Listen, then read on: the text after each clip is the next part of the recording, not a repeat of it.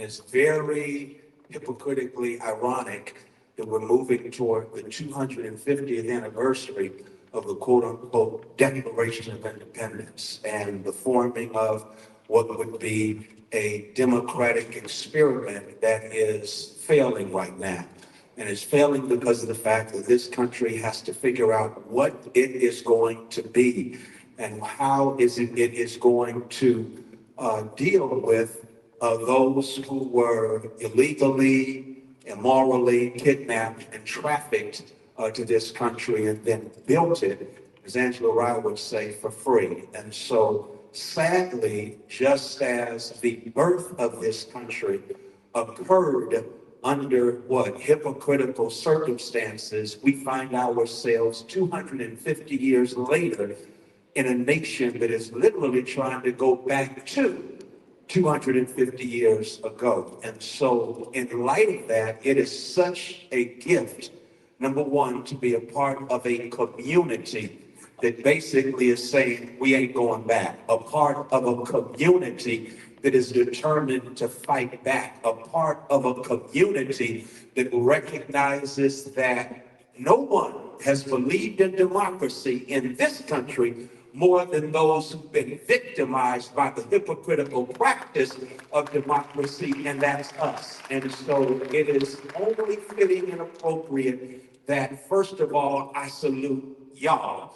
I salute you because I see some fighters in here. I salute you because I know good and well that this nation at its best has everything to do with what you do and what you bring to the table. So thank you for being here on a Monday night. Thank you for showing up, knowing who we have in the place, who is ready to throw down. And so I begin by bringing to the stage, how can I put it, this superwoman of a sister. As a matter of fact, both of them are super women.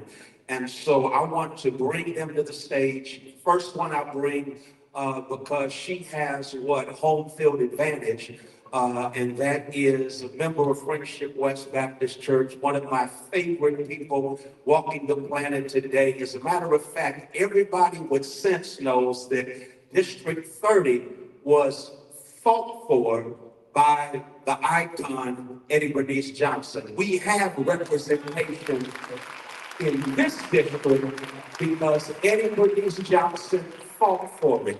She then handed the baton to a sister who decided, okay, District 30 is going national. And now all over the country, wherever you go, everybody knows Jasmin Crockett. Everybody knows the queen of alliteration. Everybody knows this fierce fighting female who don't take no stuff from nobody and lives rent-free in the head of the orange occupant in the White House. And so I want to present first this super bad sister, this phenomenal woman, this brilliant, beautiful litigator, agitator, advocate for justice, just one of the baddest sisters to ever walk the planet in the tradition of Martha Jordan, in the tradition of Shirley Chisholm, in the tradition of Ida Bell Wells, in the tradition of Harriet Tubman and Sojourner Truth. Ain't she a woman? Ain't she our Congresswoman?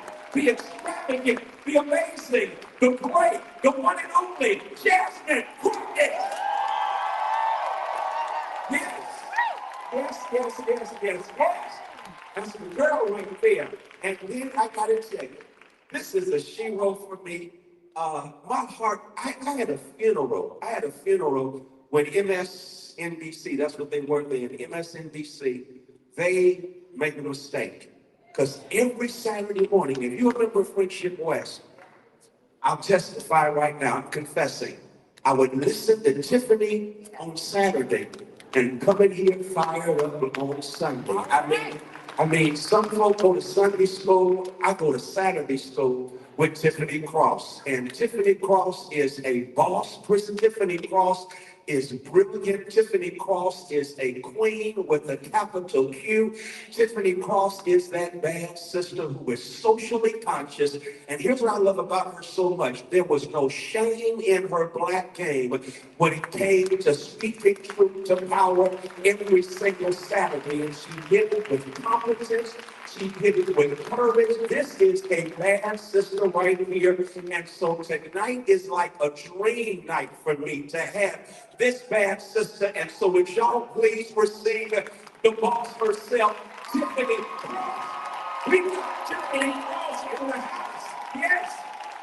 And so Tiffany Cross, thank you, Tiffany Cross and Jasmin Crockett in one place.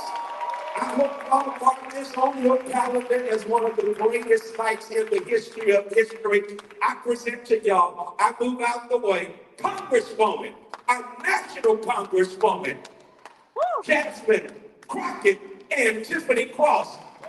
Crockett Cross, the C connection. We alliterate, girl. I'll give it up for Pastor, the next Congressman for Texas 30.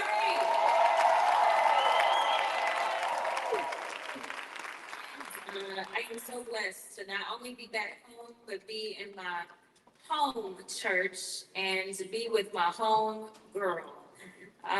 Tiffany doesn't know where this conversation is about to go. But I have to tell y'all that when Tiffany reached out to me about doing this, it wasn't a matter of if I would do it. It was a matter of how can I figure out how to get this done.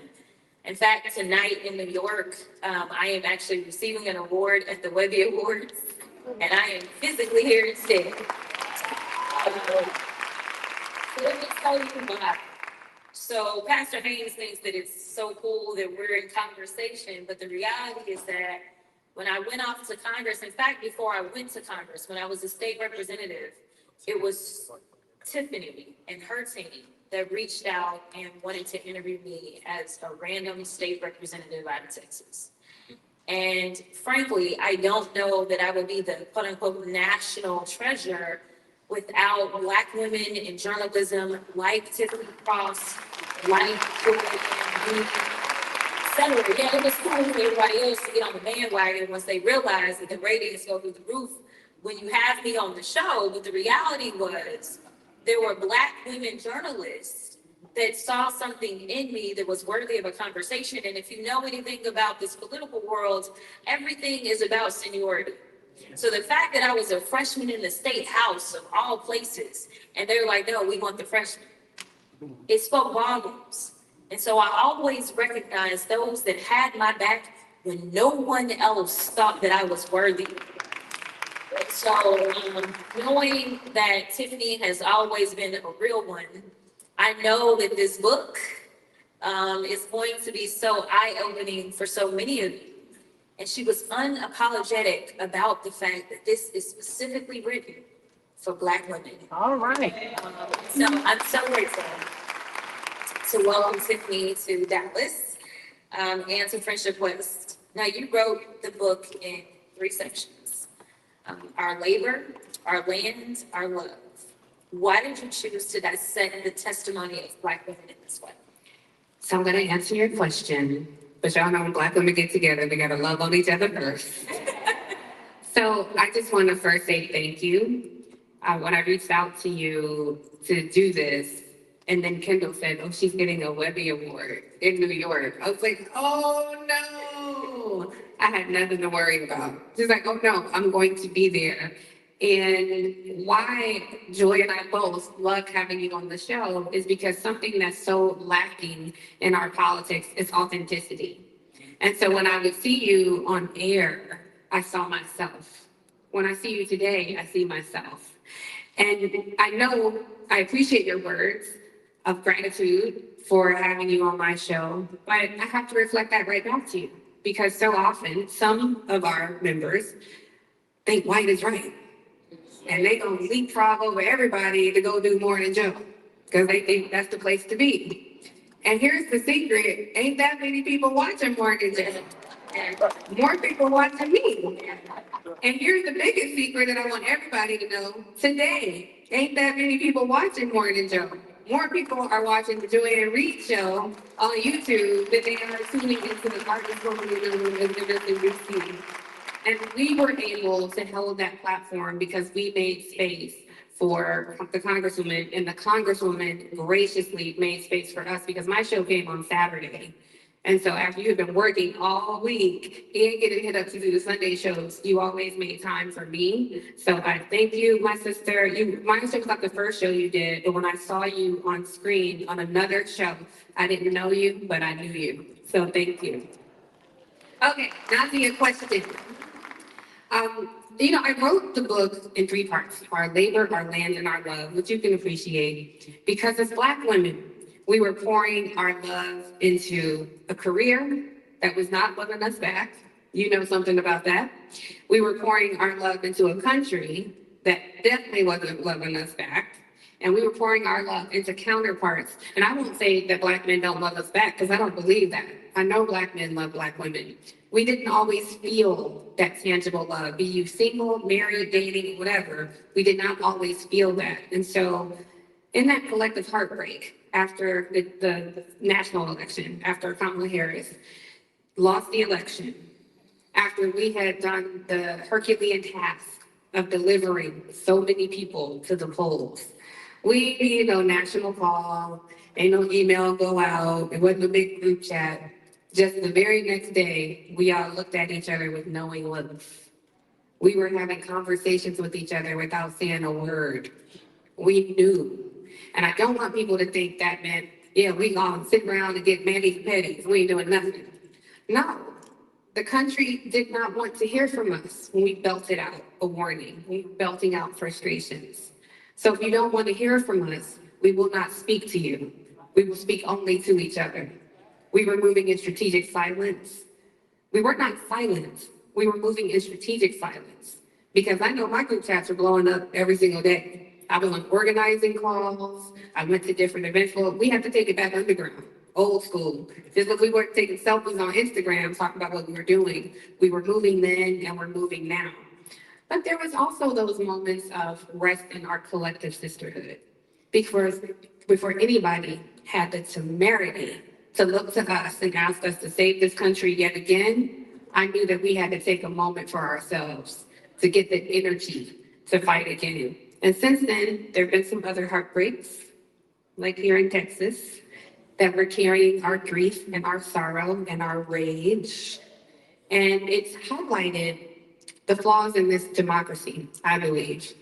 Because when the Congresswoman was running, my timeline was real populated with somebody that don't look like us. After the election, I ain't really heard from nobody, which is so crazy. I haven't seen anybody in my timeline. I haven't seen all these messaging campaigns. And that so often happens. It is a whisper to Black folks to please vote for me. But as soon as you think you got us, then you go out loud and try to achieve those mega voters. So I think we're at a moment now, for me, I'm curious how you feel. For me, I'm at a moment now where I'm kind of questioning this whole setup. And so I wanted to take to the pages and write about that and give ourselves permission. I'm not telling y'all what to think. I'm just offering y'all some things to think about. So I took a moment to take a snapshot of this American rot that we are seeing after we poured so much of ourselves into this country.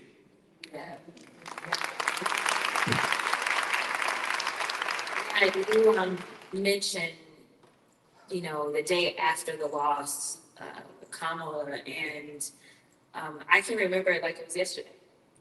I think that we all have those moments, like 9/11. You're like, where was I? We can remember like where we were. We all have these moments, and I think that next day will be one of those moments that will sit with me for the entirety of my life, because that was the day that she actually gave the concession speech. I had been at Howard that night, election night, and as the votes were coming in, the sinking feeling just kind of hit my stomach, right? Because of the states that I was like, what is that? It just felt like everything was collapsing. And I remember just getting off campus and going home and going to sleep. I didn't turn on the TV. I just laid down. And the next morning, it was official, and I saw the results, and I saw that every single swing state had been lost. And I got the text message saying, all right, we're headed to campus. She's going to be giving her speech. Now, by this time, I pulled my braids out my hair. I had done all the things. I had become like very black girl. You know, I really had. Like, because I was just like, oh. And so they were like, you got to get on campus. And I was like, I look a hot mess, and I'm not feeling it. Like, I was mad, and I was sad. And it wasn't, for me, it wasn't so much about Kamala. I'm going to be real with you.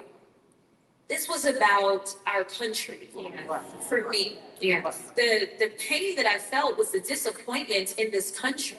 Yeah. Because whether she was black, whether she was Asian, whether she was she or he or whatever, she was the best option. And so here it was, I was like, I'm not getting out of bed.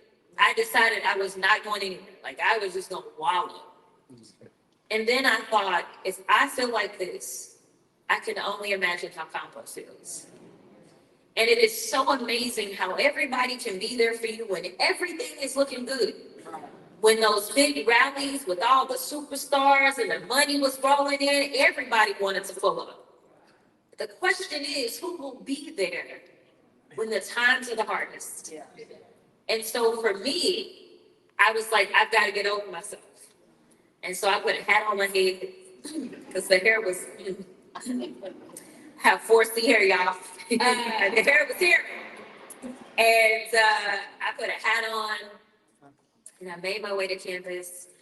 And I knew that her staff would tell her that I had made it. And that was all that mattered to me. And I sat there and I boo-hooed because I knew that the harm was coming before day one. I knew that the harm was going to hit us. And frankly, you know, there are those times that you just want to be wrong. You're like, I don't want to be right. I don't want to be right. And I could have never imagined, especially as a trained litigator who understands the law, as Larry is sitting up front with me, who also spends a lot of time in courtrooms. I never could have imagined the collapse of our Constitution so quickly under this administration. Yeah. And for me, you know, the votes or lack thereof for Kamala, to me, were rooted in white supremacy. And I think it's important for us to really start to have real conversations in this country. Yeah. About the fact that white supremacy is a disease that continues to infect every single part of our lives. And you can't fix something if you fail to recognize that it's a problem in the first place. And so, you know, just the way that you decided to couch this, our labor, our land, our love, you know, the images that immediately come to me, specifically when I think of our and labor and talking about Black folk, I'm thinking about, and then followed up by land, I'm thinking about what we've poured into this country. Yeah. How we made this country. It was made on our backs. Yeah. And frankly, while we may not be in cotton fields right now, we know that slave labor is still a real thing when it comes to the prison industrial complex. And we know that there's a disproportionate number of people of color that are constantly incarcerated. But I think that when you look at what took place with Kamala, again, our labor, they are always good with us laboring in the fields, but when it comes to us leading at the table, that's when there's always questions. Right. Yeah. Is somebody Black enough? Yeah. Do they have the right laugh? Are they electable? Yeah. Like, it's all of these things, and forget credentials. So, you know, while you've written this book, and obviously you want it to be a think piece for people, where would you, in your idealistic world, have people kind of making their next steps, specifically in this moment, right? You wrote this before we had the Calais decision from the Supreme Court. And before all of the foolishness that's taking place in all the Confederate states, to be clear, because the Confederacy never got over itself, right? It is South Carolina that wants to get rid of Clyburn. It is Mississippi that wants to get rid of Benny. It is Texas that, if we had not already had our primary, would go ahead and Texas 30 would be the first one that would be gone. And frankly, next cycle, they are going to mess with the seats. I just want y'all to know. Texas had a total of 13 out of 38 congressional seats that Democrats win, and the vast majority of those seats are opportunity seats, Latino opportunity seats or African American opportunity seats. They reduced us from 13 down to 8. And now with this decision, I fully anticipate that they are going to do everything they can to try to get Texas to be a 38-0 state. And it's terrible, because I talked about this constantly, about the fact that when they gave us these new lines that they gave us, they were reducing Black political power in this state down to 1/5 of that of our Anglo-Texans. And then when it came to our Latino brothers and sisters, they are valued at 1/3. We didn't even make it to 3/5, y'all. Like, they are in the state that has more African Americans than any other state in this country. They have decided that your collective voices should be valued at 1/5 of that of their Anglo-Texans, and Anglo-Texans are in a minority in this state. So if you could specifically say, reader, this is where I wanted you to go after you read through this, what is it that you would want someone to take with them and do? Yeah, well, I want to be clear. This is not a political autopsy of a book. I'll get to some of the points you made, because I think it's important. But often when we talk about Black women, particularly when it comes to this country, we're spoken about like a political commodity. We are the backbone of America. Some say the backbone of the Democratic Party, the 92%. And what you described, what we all collectively felt, is heartbreak. So I wanted to remind people, I'm not your political commodity. There's a whole human being here with a bleeding, beating, breaking heart right now. I'm heart restrained right now. I'm abandoning for a moment the group project of trying to save this country. And so I wasn't one of the people after the election who's like, you know, they stole the election and Elon was doing this. No, I'm clear. They voted enthusiastically for our destruction. Yeah. So if they're voting enthusiastically for our destruction, we have to consider, what does this democracy mean? Because a democracy asks of its people to participate in good faith. I don't know how to co-create a democracy with people who do not see my humanity, with people who can see one of the most qualified candidates run for the highest office of the land and still decide to elect a dunce whose first job in government was as president of the United States and thought he would be a success. So at this point, I'm asking, can we really be at home here? What is it that we're co-creating? And respectfully to all the people out there who think that coming into Black communities saying we gotta elect more Democrats is the answer, you have missed the plot. Because I gotta presume that midterms are even actually happening. After we just talked about the Calais decision, after we've seen our democracy crumble, and for a brief moment, I think we fell for the heist.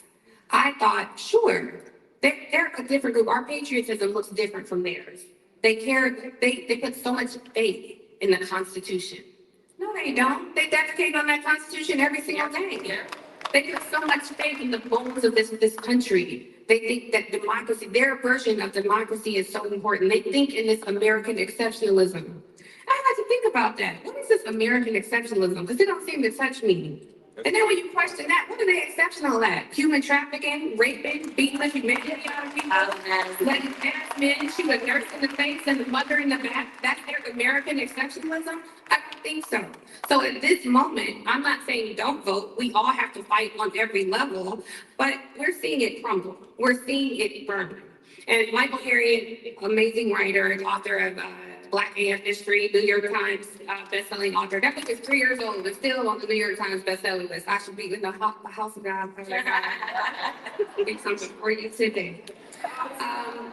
It's just an amazing book, but we were in conversation and he was telling a story about there was a little girl who burned down the house across the street from him. And they asked her afterwards, why did you burn down that house? And she was saying, well, that fire is just so pretty. So he said, when I was talking about how frustrated I am, him and Dr. Greg Carr, one of the luminaries of our time, yes, Dr. Greg Carr. I was telling him how I'm frustrated, I'm sad, I'm depressed. And Dr. Carr had to tell me, nah, sister, this is one of the most exciting times of our lives. You're blessed to be alive right now. Because yes, it's gonna burn, but what we get to build after that is what matters. And Michael Perry said, we gonna watch this fire, and yeah, it's gonna burn, but we gonna sit back and say, it sure is pretty. Because that's where I am with it right now. I don't want anybody to mistake that and think I'm saying we're gonna stand back and be dormant, or that we're apathetic. But there is a limit to what we're going to do, and what we have to do right now, I think, is build shelter for ourselves and for each other, because we are in for a long night. And I don't think people realize how bad it is going to get. People keep saying it's a revisitation of the civil rights. I think this is post-Reconstruction revisited. We are in for a long night. And I'm concerned about what has to happen before all of us realize how bad things are. So I'm bracing myself. So the question I ask in the book, again, I'm not giving answers. I'm giving a little bit of testimony. And the question I ask in the book is, can we be at home here? And that's the real question. And I know everyone doesn't have the ability to leave, and people are like, our ancestors fought for this. And we like to say, I am the dream and the hope of the enslaved. But are we? Are we? Because yes, we have ancestors, but the ancestors had ancestors, did they not? Their dream was to go back home, to their home, to West Africa. So what does it look like if we tap into our imagination and ask, are we beholden to this place? I understand their logistics. Less than 30% of people got passports. You have children in school, aging parents. What does that look like? But I think it's a question we at least have to ask ourselves. If we are to stay, then what does constructing safety and shelter here look like? I offer some stories in the book about that. I also had my little Black girl eat, pray, love moment that I write about after my show was canceled. And I got on a plane and went to Ghana, and I met so many expats. And the experience I had there from stepping foot on our ancestral land, where everybody looked like us. It was a level of comfort and safety. I realized I have never felt that way here in America. Anywhere in America, I've never felt that way.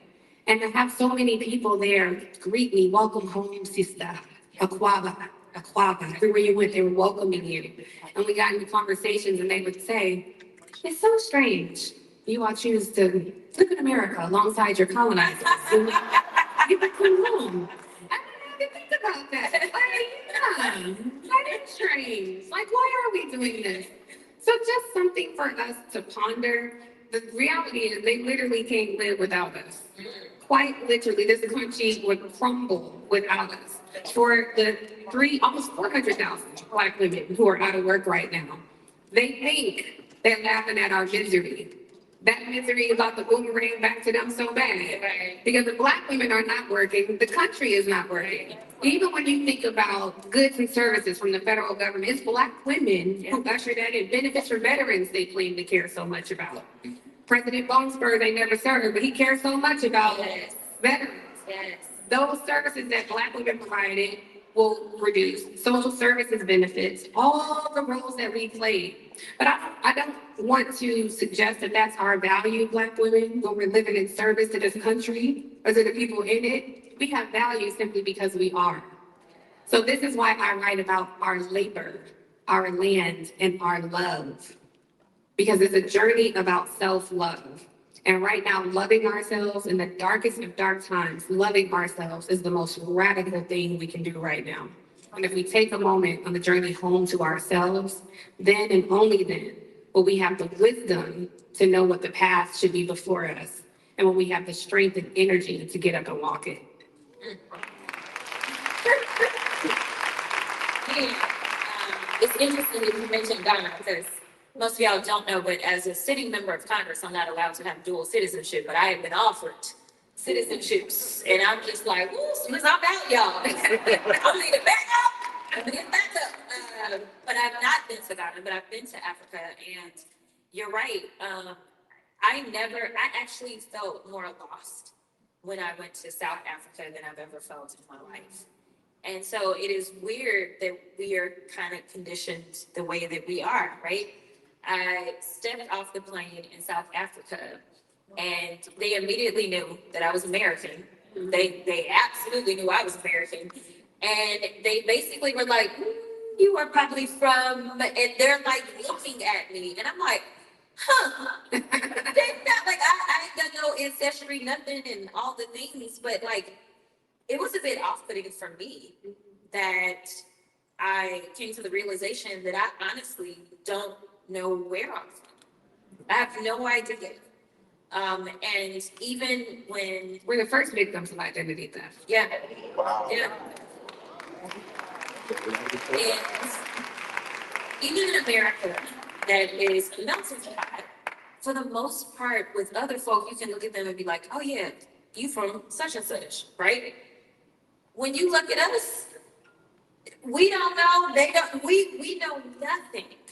But they knew that I wasn't from South Africa, and I actually recognized what South Africans look like once I spent time there. So, yeah, we all can leave, but Lord knows We can think about if it. they listen, if they want to go and secede, just go on and give us our plot of land that they owe us anyway. Yeah. We will make it do what it do. You know, there are all these communities all over the country. I keep reading about where they build a white-only community. Yeah. Please, and there go me where y'all can live in this white-only community. I'm okay with it. I really don't mind because there is safety. You know, and if you don't want to be around me, trust me, I don't want to be around you. I don't want you here. There is safety. If something happened right now, if the world outside is falling apart right now, I'm looking at this room and I'm in the safest place I can be. I see a room full of those who look like me. That is another theme in the book, our community. There's no other community in more solidarity than the Black American community. I'm looking out right now. I don't know all of y'all, but I know all of y'all. Yeah. At any given point, I can show up at anybody's house on Thanksgiving. I know what the menu gonna look like. I know any questions to ask, who made the mac and cheese, do I mess with potato salad or not. We got our own language. We in the house of the Lord. If I were to say right now, God is good, you say, and all the time. What other community got their own media outlets about where they live, what part of the country they come from, we know. So we are together, and our love, our solidarity, that is the only way we have survived this 400-year nightmare. And so whatever nightmare is coming next, I know I need you. And I hope y'all feel like y'all need me. I belong to you, and you belong to me. So I'm here in solidarity with all of you. I love it so much because even as we talk about the Calais decision, they're saying, no, we're not being racist, even though we are racist. Instead, they're saying this is about us picking our partisan lines. This is about partisanship. So they're basically saying Black people vote Democrat, and that's a problem for us. But the reality is that when you talk about that solidarity, you mentioned the 92%, you can go anywhere and say 92%, they know that that specifically is talking about holding it down for Democrats and Black women, right? Like people know that. And even when you look at Black men, even though people try to give Black men a hard time, there is no other demographic that outcomes Black men as it relates to percentages of support for the Democratic Party. The Black women, we the only ones that beat Black men out. They are right behind us. Yeah. And so it is that solidarity. It is that wisdom, right? Because we all sitting there like, they like, well, we didn't know this would go happy. And we like, but we told y'all, we knew, right? And we're also like, they told y'all because they gave us Project 2025. Right? So like, we just read it and believed them.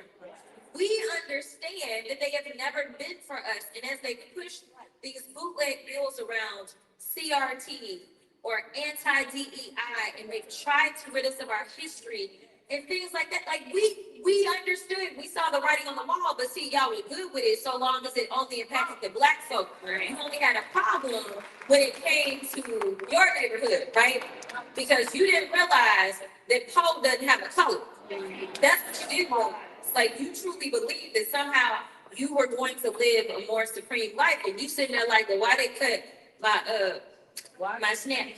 Why they cut my snap? I thought it was only the black snap, not the white snap. Not understanding that rural America uses more SNAP benefits than urban America, right? It's the Medicaid, the Medicare. Like, what you mean? Yes, you did vote for this.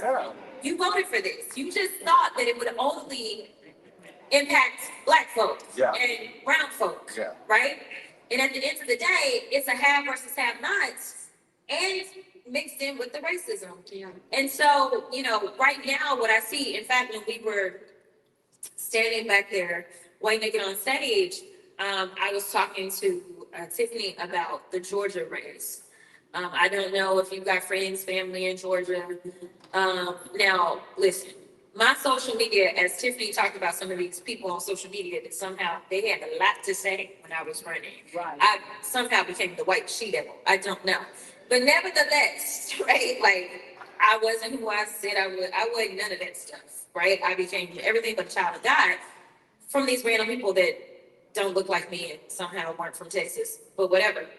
So all of a sudden, as Georgia is now voting, all of my timeline, I've been seeing a lot of stuff about Keisha Lance Bottoms, who just happens to be number one. All polls have had her at number one. And Texas is in this unique kind of situation right now because there are people that are very disturbed by the level of racism that played out in that primary. And so, my former opponent is now basically like, black people, hello. He doing that right now, right? And so there's a lot of black folks that like, bro, we good, right? Like, so that's happening. So now what I see happening in this Georgia race, because literally there is a concern about black people and their solidarity all of a sudden, right? Because the Democrats like, wait a minute, ain't y'all gonna get in line? Wait a minute, y'all gonna get in line? Like they're pushing like, get in line, no matter how somebody acts during a primary overall, so long as it's who certain people have chosen, then every black person, they're gonna get in line because who holds it down for the party? Black folk, right? So now they're actually showing dissension in the primary between black folk because they don't want that to happen again in Georgia. So it's crazy because there are these fights, and frankly, I think the goal is they have a former Republican white male, Duncan, who was elected statewide as a Republican that is running. And we've seen this play out in so many places where if you have enough dissension and enough African Americans running, then somehow that one and only, even when you're in California, right? I mean, that ain't necessarily color, but like they only have 2 Republicans running. They got a whole bunch of Democrats. So there was this fear, oh shoot, California may have 2 Republicans at the top because there's not as many of them. So now they're sowing this dissension amongst African Americans, trying to pull Keisha down and make her have to do a runoff, right? When it's like, bro, she gonna win. She's gonna win. It may be after the runoff, but spending all that money when you're trying to flip a seat, that only hurts the candidate. And right now they're trying to get black folks to have black or bad feelings about her. So when you talk about community and solidarity, that is our superpower. Right. That is our superpower. I mean, simply laid it out. We have survived all these years because we knew how to stick together. So that's one of the things that I would hope people would take away from this is trying to find new ways to reconnect because we have somewhat become disconnected. The more connected we are, the less connected we are, right? Yeah.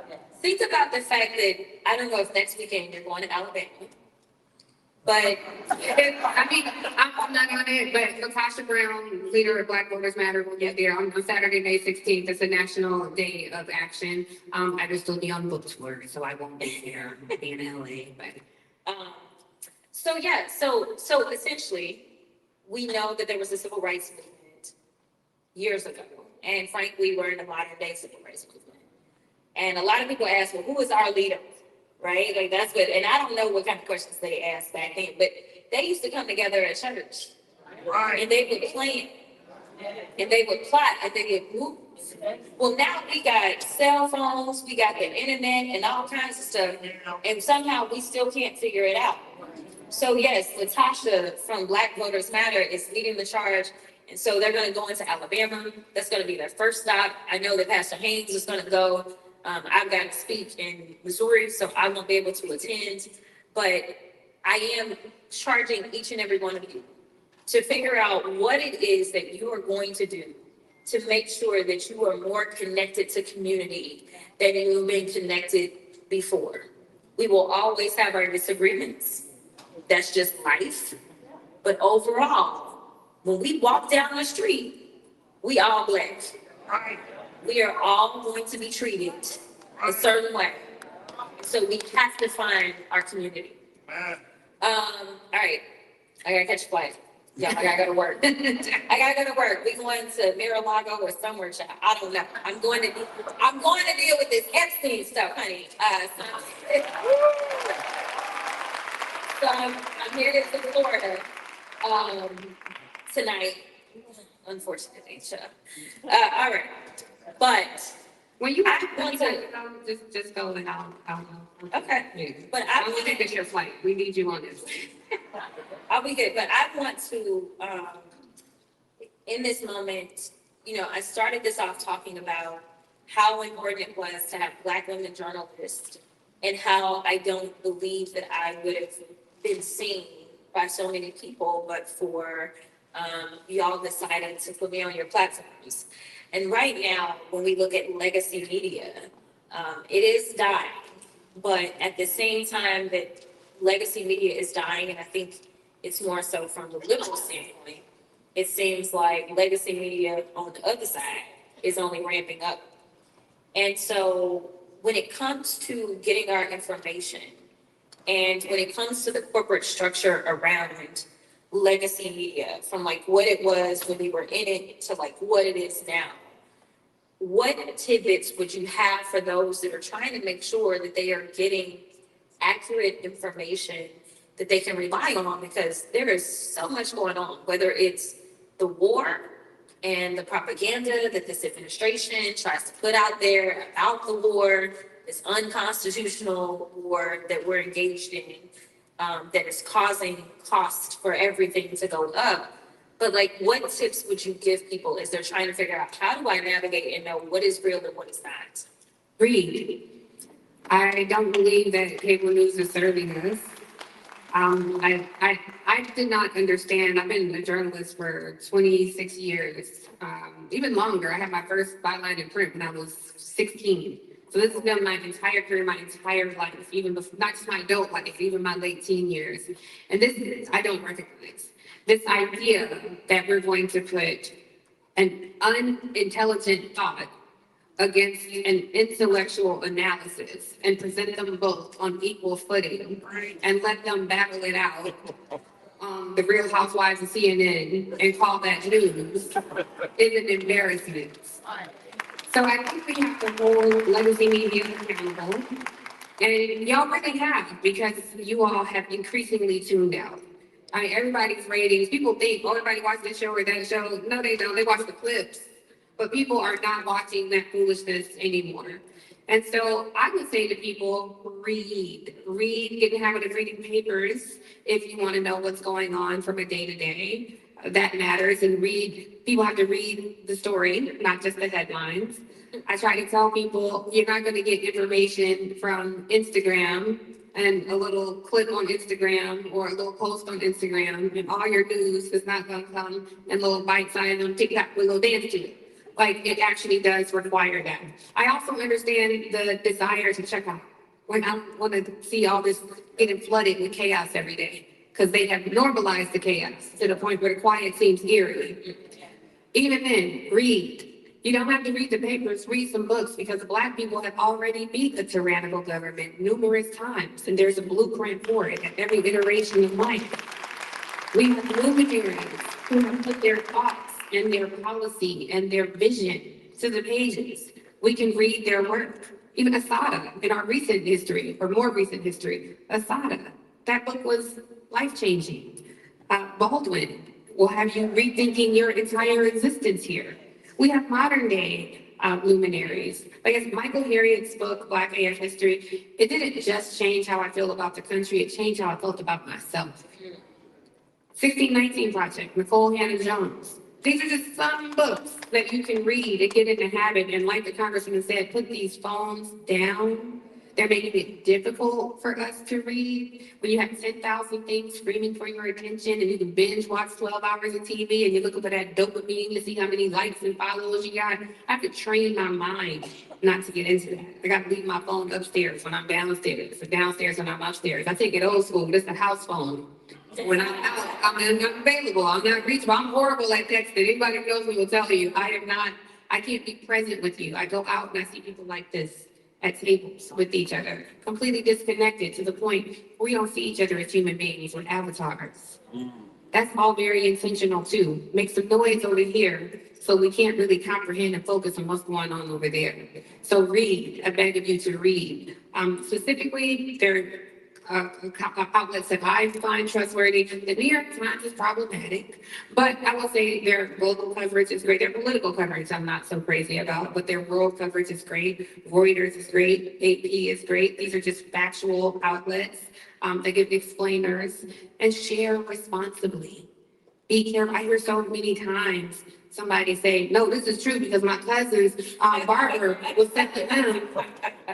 Really? And these grown people, these 40-some-year-old people telling me that. So share responsibly. Share responsibly. One of the things I write about in the book is our responsibility as Black people in any space. Now, for me, this was on my television set. For you, this might be in your law firm or at your doctor's office. But for me, I was intentional about the information I chose to share and the stories I chose to cover. I did not want to be a part of the echo chamber.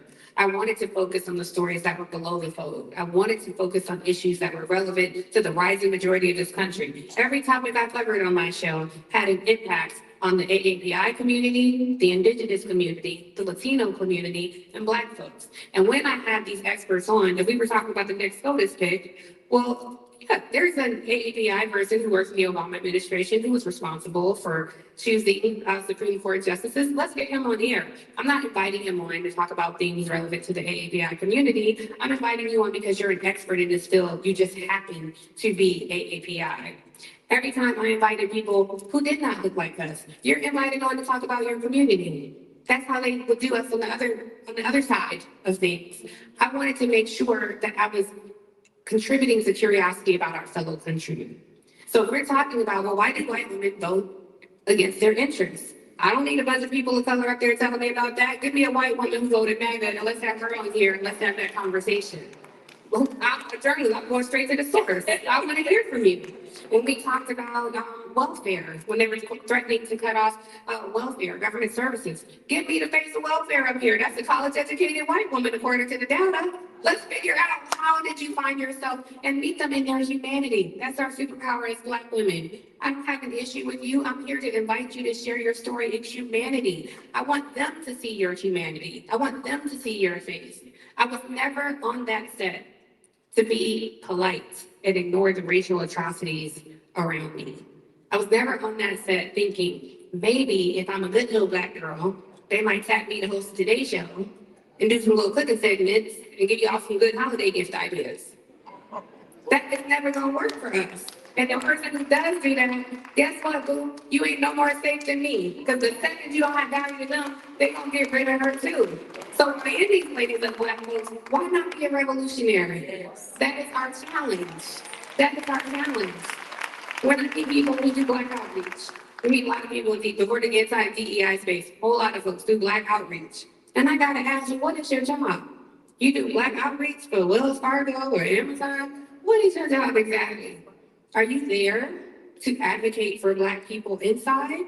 Or are you there to protect your company from the Black people outside? What is your job? Because I'm about tired of celebrating us becoming the Black version of them. We have to start challenging people with different power, be it an elected official, be it somebody in a C-suite, be it a CEO position. But we don't celebrate you, but we want to have some accountability. We want to know, what are you doing for us? Are you there to build empire, or are you there to disrupt empire?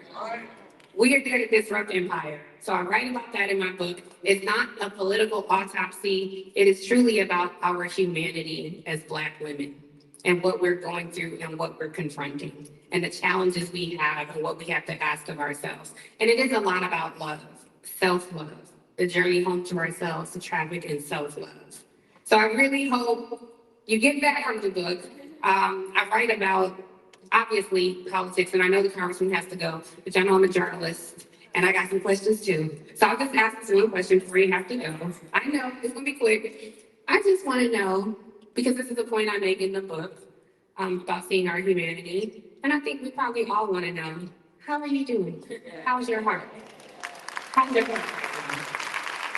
Listen, so I will tell y'all, this is the first time I have actually been home since the election. And so I'm gonna be real with y'all and tell you that it was more so that my heartbreak was for each and every one of you. For me, when we did the analysis of everything, and I was supposed to make it to the primary and get to the general, and there were no guarantees for the general.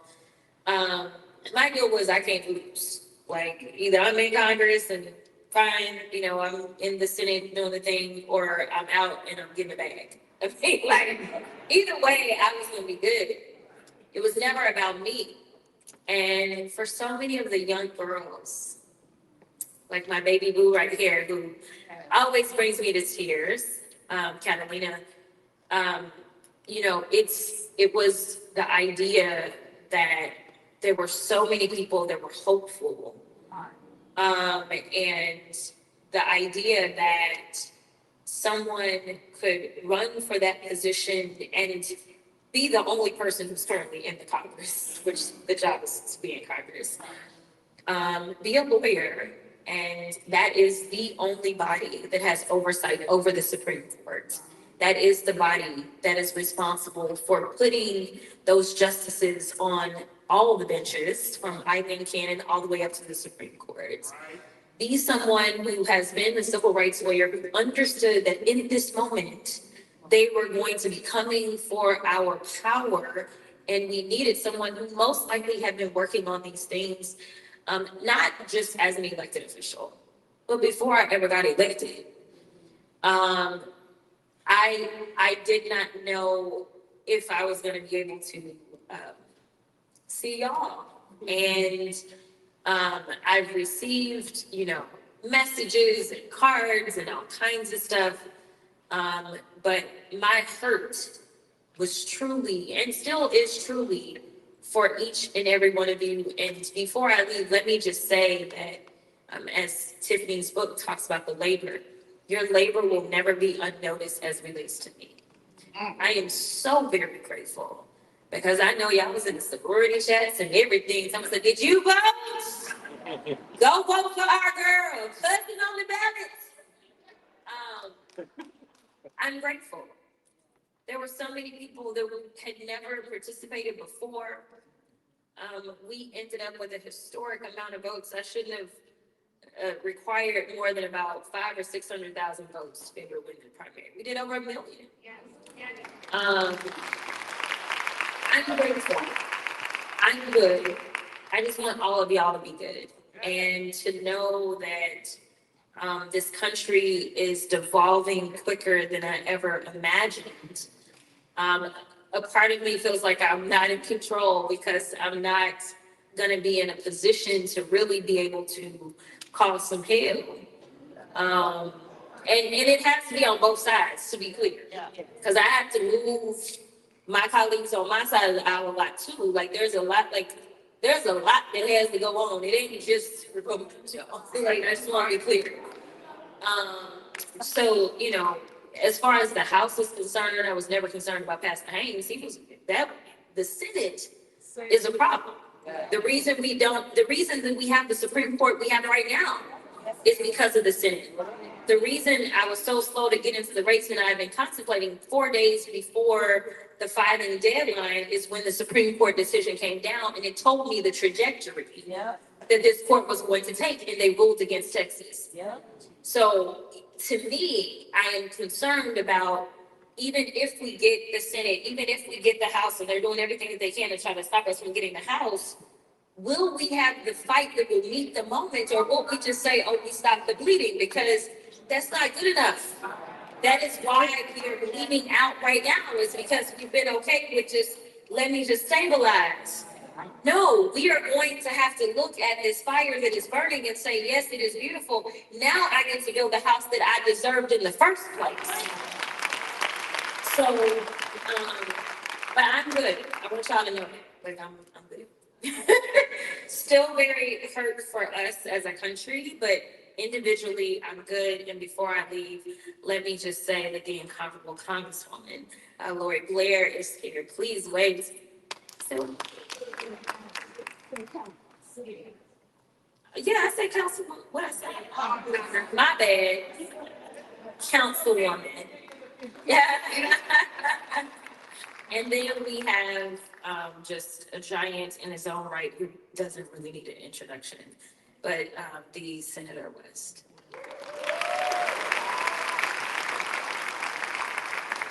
And I'm gonna leave you with this question, since we do have a couple of men, but I'm gonna have to go catch this flight. We've talked about women a lot, Yes. and Black women, and they labor and they love. Is there anything in this book for the Black men? Oh yeah, you gonna catch up like we gonna continue. You like, thank you. We love you so much.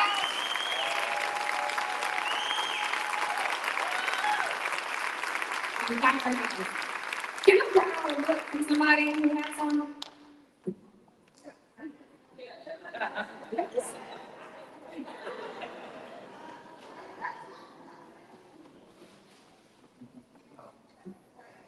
Thank you. I'll get it back to you, I promise.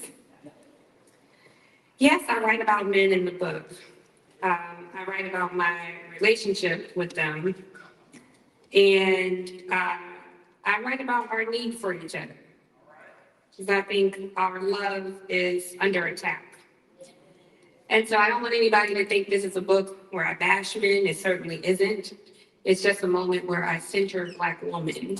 And if there's somebody who writes a similar book for Black men, I will read it. That just happens to not be what this book is. So I think we're taking questions, Kendall, as you walk out. Are we taking questions? Yes, we are. Okay.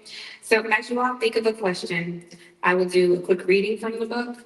And then I know our superstar has left to go take her flight and defend democracy as best she can. But I'm happy to stick around and take a few questions, and then I'll be signing some books. Thank you. I hear you, sis. Thank you. Dear Black women, for so long we remained as joyful as we were hopeful. We are now as angry as we are tired. It's as the great philosopher Maya Angelou evangelizes us. There is no greater agony than bearing an untold story. This book, my sisters, is scripture for the faithful and testimony for the weary.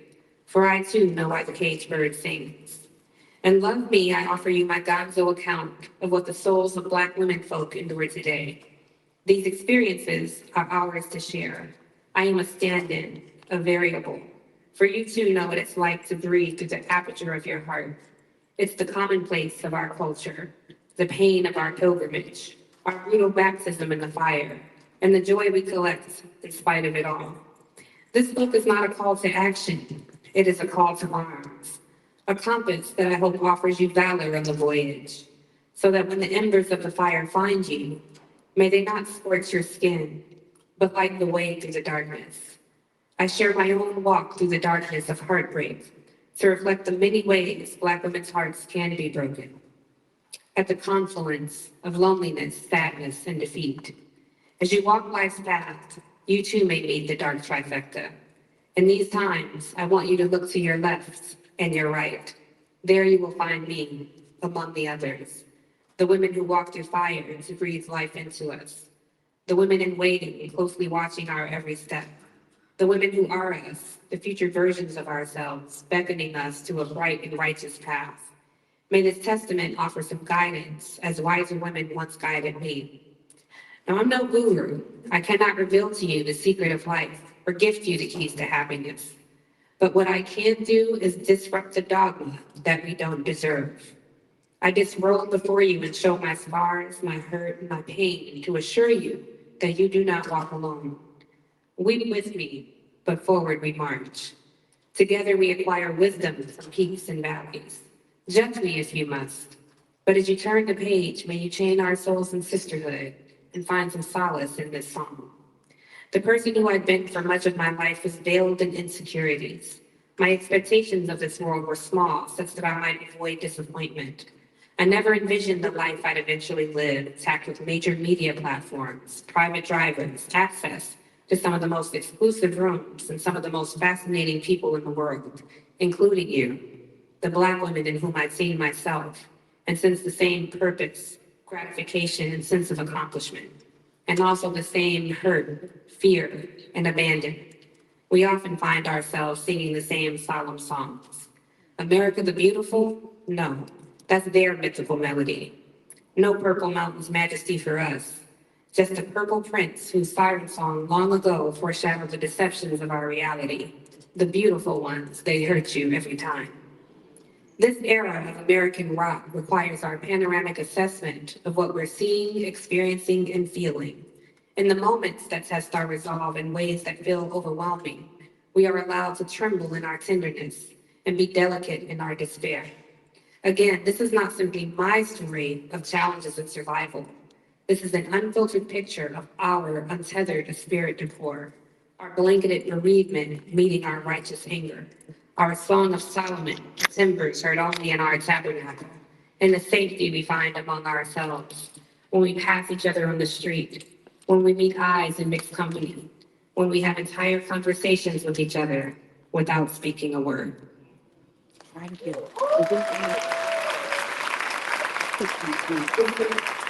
Thank you for this.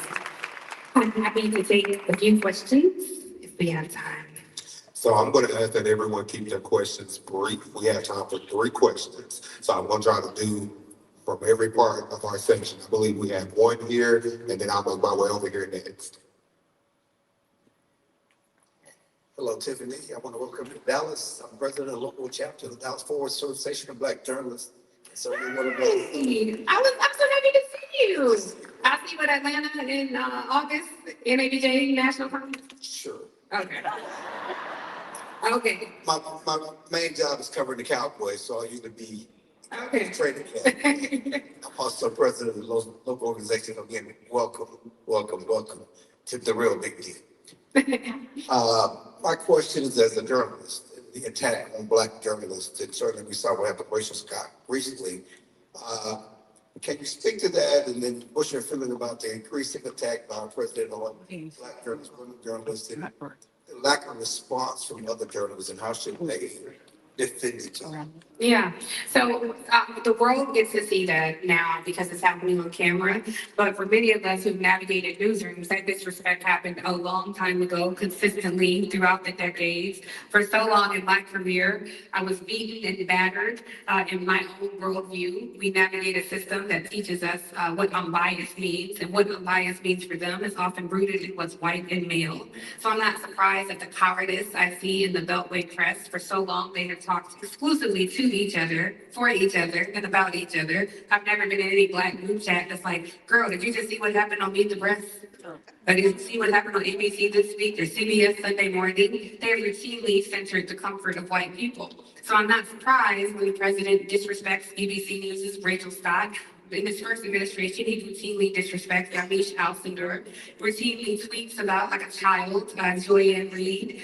So none of these behaviors are shocking. What is disappointing, but also very consistent, is that after Rachel Scott asked her very poignant question about the war and why he's focusing on the Lincoln Memorial and the reflecting pool, that after he disrespected her, dismissed her, and silenced her, instead of every single journalist after that saying, my follow-up is on her question, Mr. President, if you would please answer that. They went on to their own questions.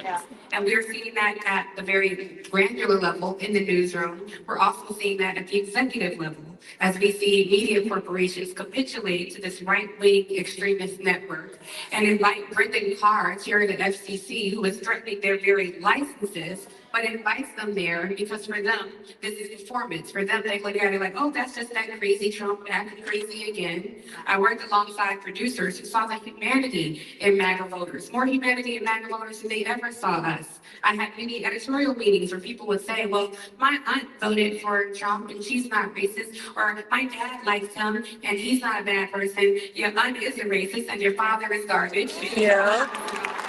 And you can see their humanity, but not mine. We are not colleagues in that way. We're two people on the opposite side of an issue. So it is consistent with what I've always known, and I anticipate it will get a lot worse.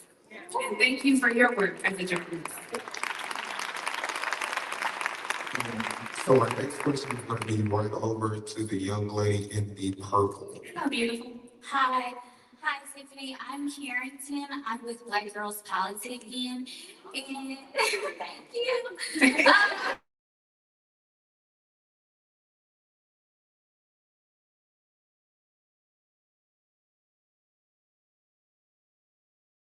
When it comes to high-level representation. For those young Black girls who one day want to run for president or want to run for like a Texas attorney general, do you have hope in the next generation as far as this country seeing us as viable candidates? And when do you think that could happen? My only hope is in the next generation. I think we're looking at the series finale of America. And we're seeing old, dying, decrepit, geriatric, delusional golfers from Mar-a-Lago throw fatal temper tantrums trying to hold on to that power. But power concedes nothing. And so I know that because of all that we survived, I know that we are innovative. And so I don't know what this democracy will look like in its next iteration, but I sure do know I trust it in the hands of a Black woman. So whatever that looks like, whatever you desire, if you run, you will have community behind you.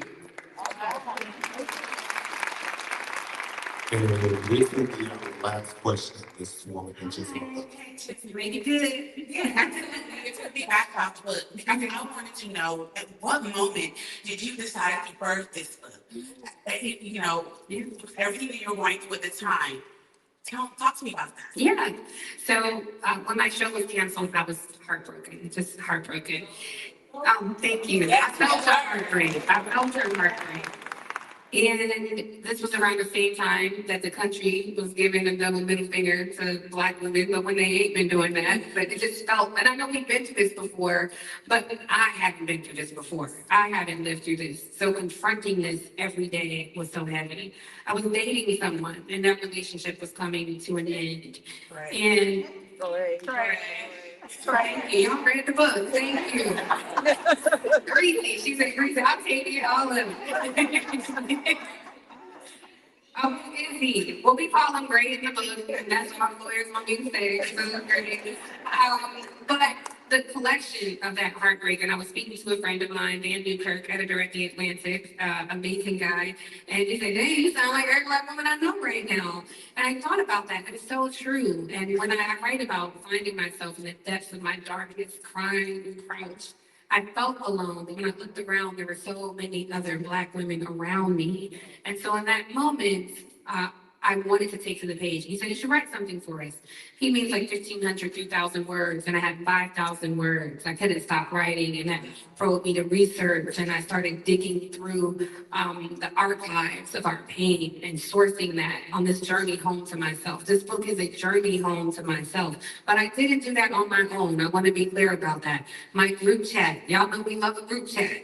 And your group chat is your counsel, is your therapy, is your crisis communications. And I had a group chat that was taking on all three. So when I got word that my show was canceled, after I was dumbfounded for some time, I went to my group chat to tell them they canceled my show. Now my group chat happens to be Angela Rye, Joanne Reed, Sunny Hostin at The View, Jamel Hill, formerly of ESPN, Carrie Champion, formerly of ESPN, Alicia Garza, founder of Black Lives Matter, Aaron Haynes, president of NABJ. I'm leaving off somebody I know who will be mad at me, but you get the idea.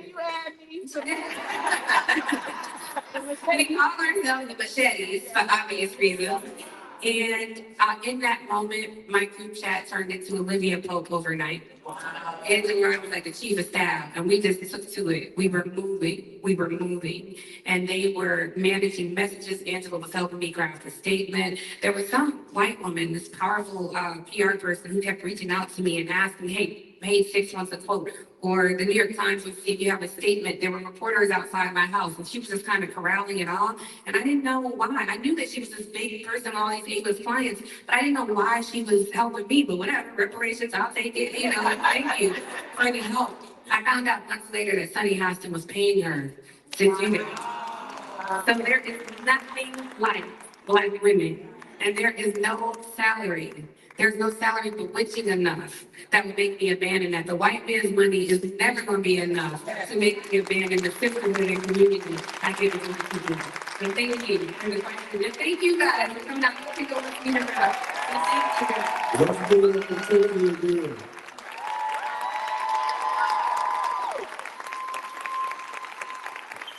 So I have a few instructions for you all. So I'm going to ask first that everyone remain in their seat, but remain standing. We're going to do a group photo. So for those of you